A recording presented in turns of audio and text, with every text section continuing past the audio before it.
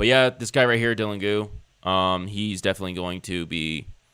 He's definitely showing interest on taking the RWBY IP. He's literally is. He does have his own studio. So, and that actually looks incredibly good right here. So I might actually check out his work. Yeah, this looks incredible, by the way. You can definitely tell that he animated Volume 3 as well. So if you go back to Volume 3, you can see his work, and you can definitely see the similarities. Yeah. So he has his own studio. So good for him. That's actually really good for him.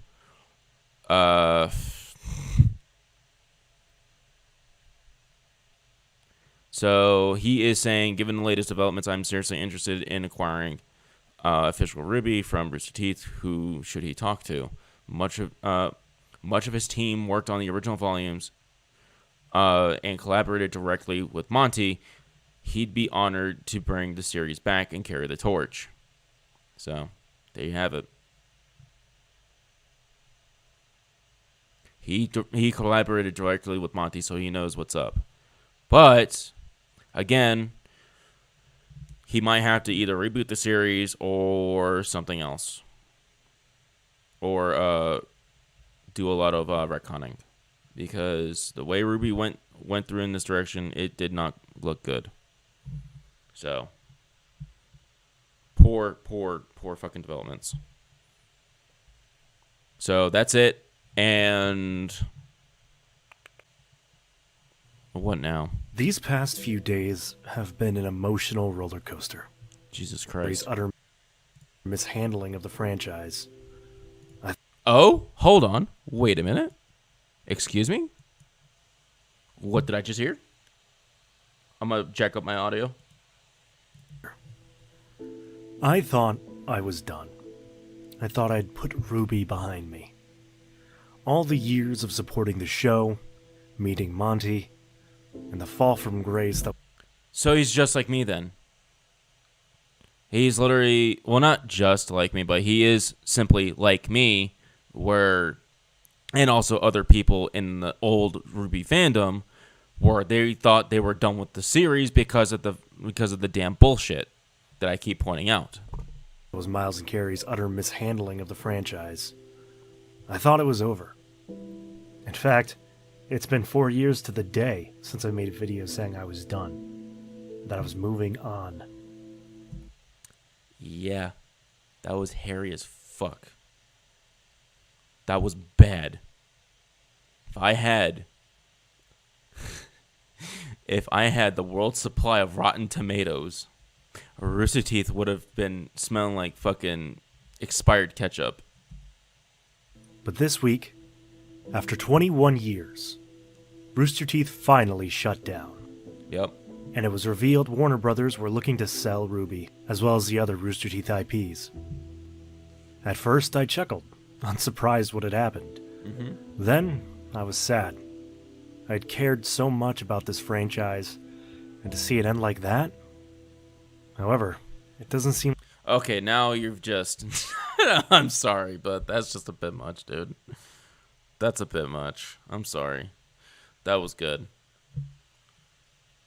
Okay. The show was already done for when Volume 4 dropped. like this is the end. Dillon Gu, one of the original animators who worked with Monty Oum on RWBY, put it out there on Twitter that he was interested in picking up the IP. Suddenly, I was enthused, emboldened even. The possibility that Dillon and Shane could come back and work on RWBY again, and bring back the classic vibe that made it so popular? Yes. Yes, actually. The classic vibe. Like Friends and good story writing, not some of this fucking fan service bullshit. There was something I hadn't felt in a long time about this franchise. Hope. Hope that there was something positive that could come out of all this. That RWBY might actually get the good ending. Then Rooster Teeth did their goodbye stream. It didn't take long for the remaining face of the two-headed hydra that dragged the show to its grave got a turn to speak. Carey brought up how the team was still working on Volume 10 and were looking for partners to help them get it finished. I'm just gonna say it. No build-up, no playful set dressing. This man is gaslighting his community. Hands down. When an IP goes up for sale, the parent company does not ask the studio who drove that IP's value into the dirt if they would like to find investors. They simply find the best deal and dump the sunk costs onto the next guy. The receiving party almost never keeps any of the original team. Carey is just saying what he feels will put him in the best position he can be in the eyes of the community. And it's shitty as fuck, by the way. I didn't even want to say it because, honestly, with the amount of subscribers I have right now, at least at the time this is being recorded, which is at 24, there's a lot of stupid shit in Rooster Teeth. And the fact that this guy is actually doing it, guys, don't sugarcoat it. It's shitty. It is, quite honestly, a pretty scumbaggy thing to do. A real man would face the camera, look into the eyes of the viewer, and tell them, we don't know what's going to happen next. Honestly, if I did something like this, to put myself in the shoes of the time of, like, in a retrospective way of me saying this, but let's say I would put my shoes in Rooster Teeth, right? Let's say I worked with Monty. Let's say I worked with the OG team when volumes 1 to 3 was being made. Of course, when Monty passed, it was around like volume 2 while it's being made. It was like around like volume 2, episode 2. At least around there. But honestly, if I was left to take care of RWBY and I fucked up this hard,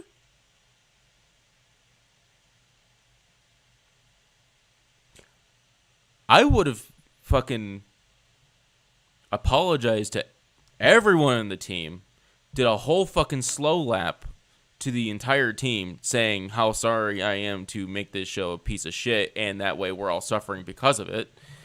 And finally apologized to Monty's brother, by the way, who's also part of the team. So, yeah, it's such a scumbaggy move that this is actually being done.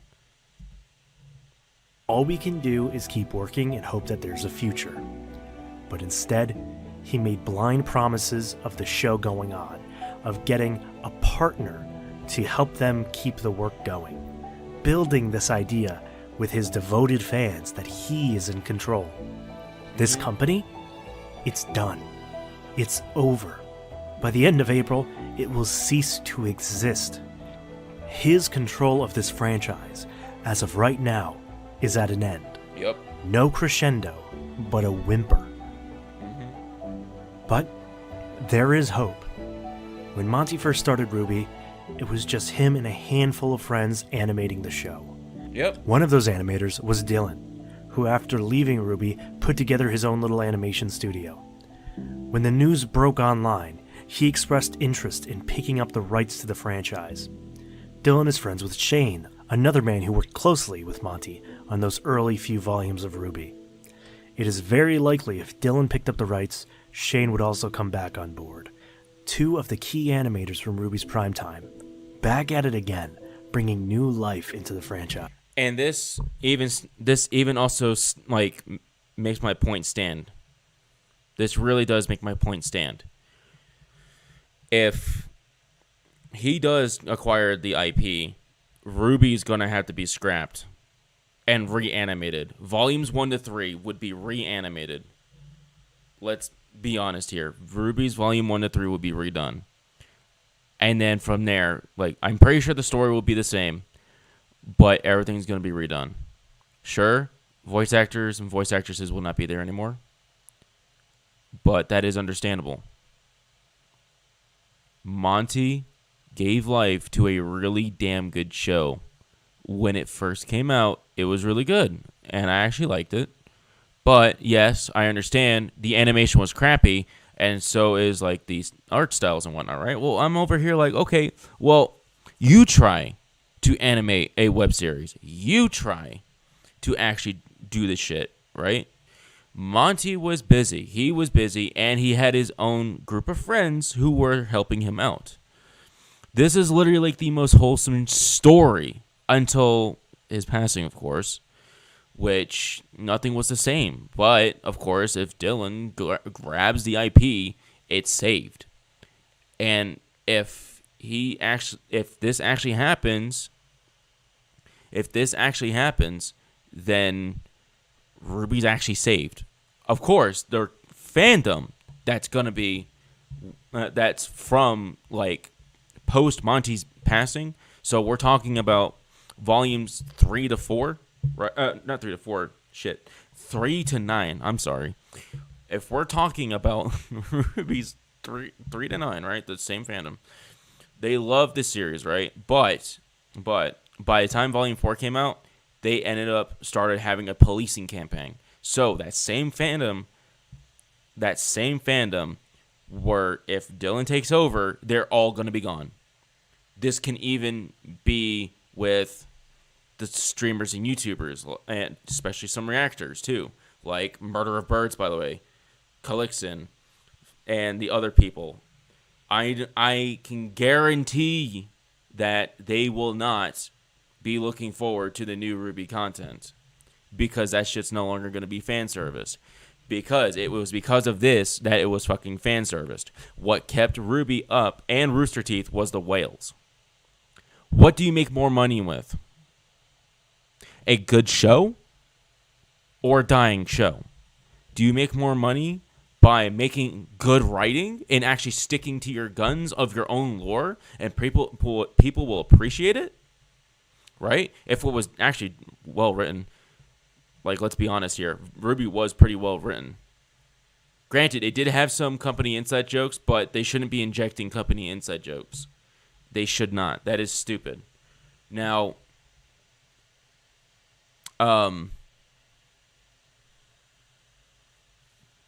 or would you have a show that was completely fan serviced from seasons 4 to 9, and then just rely on your revenue from whales? That's garbage. This, in all likelihood, is both a long shot and a best case scenario. Warner Brothers is an old, meticulous company with a lot of old, white-haired boomers running things. They will, in all likelihood, dump the IP on the highest bidder. Yes. While I hope Dillon and his team could be that bidder, other companies might try to swoop in and make their money back off merchandising these characters. Yep. A company like Crunchyroll comes to mind. Which, that's what I'm hoping that RWBY's not going to end up, is in Crunchyroll's hands. Crunchyroll is on a... no pun intended, but Crunchyroll is on a roll on, like, doing some stupid shit. As I see it, the future of the franchise has 3 possible paths. Mm-hmm. The good, a team of people passionate about the franchise will come in and get control and reboot it, with good writers and even better animators, building a cult favorite action-packed adventure. The bad, the show dies. Warner Brothers don't see any value in the offers for the IP and decide to shelve it permanently, holding on to the rights but doing nothing with it. RWBY simply ends. Nothing else comes of it. The ugly, a company like Crunchyroll comes around, picks up the show, and either lets the original team come in and finish the series with another few volumes of the same old ship-baiting, toxic and terrible writing, or they use the... And also feeding to the fucking masses that is the fucking current RWBY community that likes to fucking shovel shit down their fucking throats and tell them, oh, it tastes good. Their own in-house writers who do the same. The state of modern animation in America right now is a bit of a cesspit, so I imagine most third parties would just keep the same old bad writing and DEI focus that killed the show in the first place. Personally, I hope that there's a happy ending out there, that the right people could get this franchise and turn it around. This is a little too melodramatic, but yeah. No, I'm with this guy. Put the stupid, toxic shipping behind them and focus on what... Not just toxic shipping. They bent to the fucking fandom.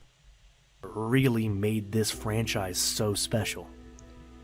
Badass fight scenes, colorful costumes, and hard-hitting music following along. Yup. I would put my own money on the line to see Dillon and his team get a chance to do RWBY right.